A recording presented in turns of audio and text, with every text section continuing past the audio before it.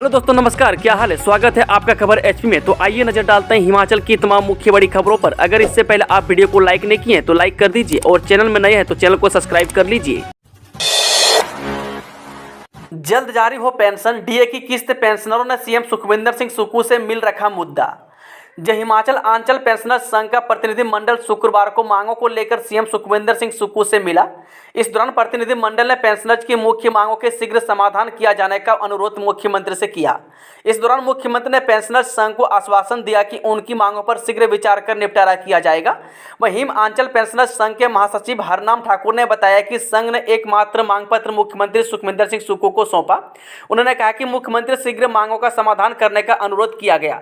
वह पेंशनर्स संघ ने मांग के लिए 1 जनवरी 2016 के बाद संशोधित पेंशनर्स की बकाया राशि को एक मुश्त जारी किया जाए ताकि आर्थिक तौर पर जूझ रहे पेंशनरों को इसका लाभ मिल सके। वह संघ का कहना है कि वर्ष 2016 से बाद उन्हें 20% की एक किस्त ही मिल पाई है। इसके अलावा पेंशनर्स की मांग है कि देय चिकित्सा भत्ते की राशि 400 से बढ़ाकर 1500 रुपये की जाए। वहीं जेसीसी का गठन और बैठक का आयोजन जल्द किया जाए ताकि एक मंच पर ही पेंशनर्स की मांगों का समाधान हो सके। हरनाम ठाकुर ने बताया कि पेंशनर्स के लिए पंजाब की तर्ज पर 2 साल के बाद एक बार 4 धाम भ्रमण के बारे में भी प्रदेश सरकार विचार करे। वह संघ ने मांग की है कि पेंशनर्स को मिलने वाली भत्तों को रिवाइज किया जाए ताकि उन्हें लाभ मिल सके। इसके अलावा उन्होंने महंगाई भत्ते की किस्त भी शीघ्र जारी करने की सरकार से मांग की है। इसके अलावा पेंशनरों ने कहा है कि उन्हें लीव इन केसमेंट भी वर्ष 2016 के बाद जारी नहीं किया गया है। बाइक संग खरीदने होंगे 2 हेलमेट। परिवहन विभाग ने 24 साल बाद तैयार किया नियमों में संशोधन का प्रस्ताव। जी हां, मोटरसाइकिल का पंजीकरण करवाने से पहले 2 हेलमेट खरीदने जरूरी किए जाएंगे। इस खरीद की रसीद के आधार पर ही परिवहन विभाग मोटरसाइकिल का पंजीकरण करेगा। परिवहन विभाग ने करीब 24 साल बाद नियमों में संशोधन का ड्राफ्ट तैयार किया है। वह ड्राफ्ट के अनुसार मोटरसाइकिल खरीदने के बाद हेलमेट की रसीद पंजीकरण के आवेदन के साथ लगानी होगी। ऐसा न करने पर मोटरसाइकिल को पंजीकृत नहीं किया जाएगा। इसके साथ ही एक अन्य संशोधन में 4 साल से अधिक आयु वर्ग के बच्चों के लिए भी हेलमेट पहनना अनिवार्य कर दिया गया है। इस क्रम में परिवहन विभाग ने 4 साल से अधिक आयु वर्ग के सभी लोगों को जो मोटरसाइकिल पर बैठे हो या इसे चला रहे हो उन्हें हेलमेट पहनने की बात कही है। ऐसा न करने की स्थिति में 4 साल से अधिक आयु वर्ग के बच्चों का भी चालान काटा जा सकेगा। वहीं परिवहन विभाग ने यह कदम सड़क सुरक्षा के तहत उठाया है। इस ड्राफ्ट को लेकर परिवहन विभाग ने शुक्रवार को अधिसूचना जारी की है। जल रक्षकों ने मानदेय बढ़ाने पर अनुबंध काल घटाने की उठाई मांग। सुखविंदर सिंह सरकार को दी आंदोलन की चेतावनी। हिमाचल प्रदेश जल शक्ति विभाग के कार्यरत जल रक्षकों ने प्रदेश सरकार से मानदेय बढ़ाने की मांग की है। जल रक्षकों की मांग है कि उनका मानदेय कम से कम 9300 रुपये तक बढ़ाया जाए। अपनी मांगों को लेकर जल रक्षकों ने मुख्यमंत्री सुखविंदर सिंह सुक्खू से मुलाकात की। इसके अलावा जल रक्षकों ने अनुबंध काल को 12 साल से घटाकर 8 साल करने की भी मांग प्रदेश सरकार के सामने रखी है। वह जल रक्षकों का कहना है कि वह लंबे समय से अपनी मांगों को सरकार के समक्ष रख रहे हैं। अगर अब इनकी सुनवाई नहीं होती है तो विधानसभा के मानसून सत्र के दौरान विधानसभा के बाहर परिवार सहित धरने में बैठेंगे।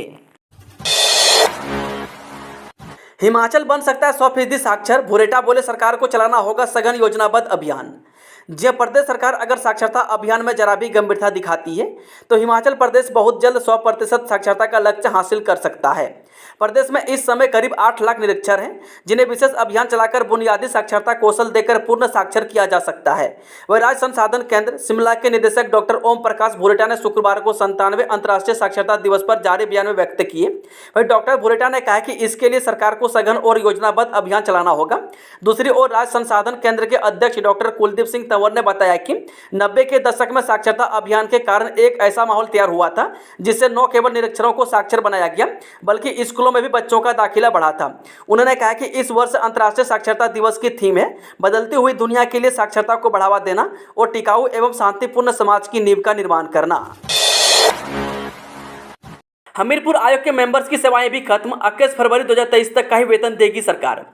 पेपर लीक का मामला सामने आने के बाद भंग किए जा चुके हमीरपुर कर्मचारी चयन आयोग में उस वक्त नियुक्त अध्यक्ष और 4 मेंबर्स की सेवाएं भी अंततः सरकार ने समाप्त कर दी है।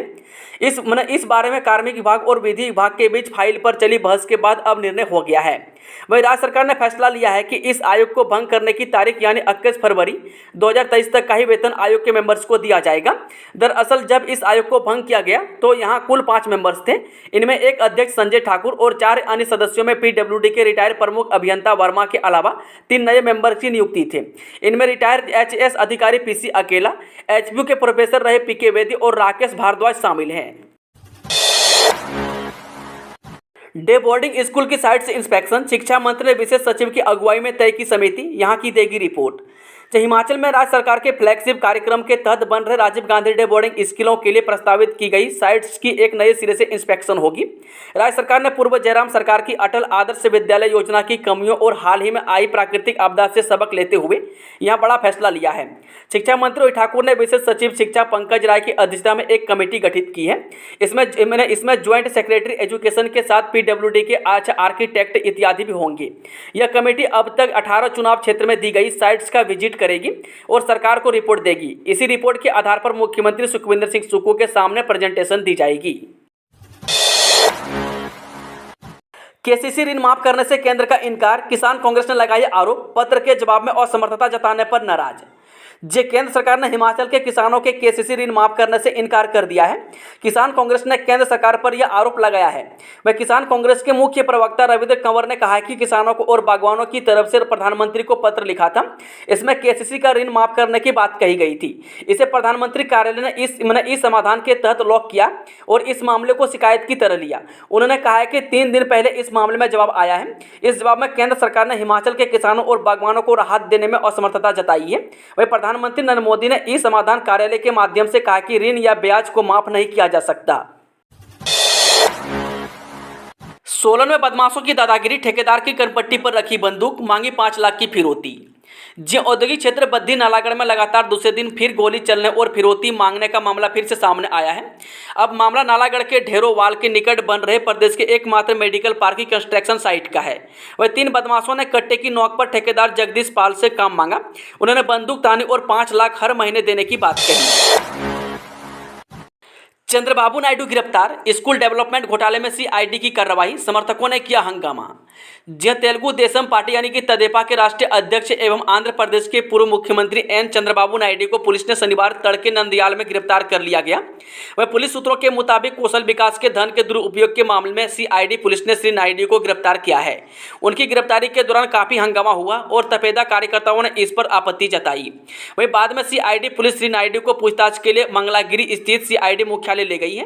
वह पुलिस ने उनके खिलाफ धारा 120 क्लॉज B, 409, 201, RW 13 क्लॉज 1 और अन्य धाराओं के तहत मामला दर्ज किया है और संभवतः उन्हें आज अदालत में पेश किया जाएगा।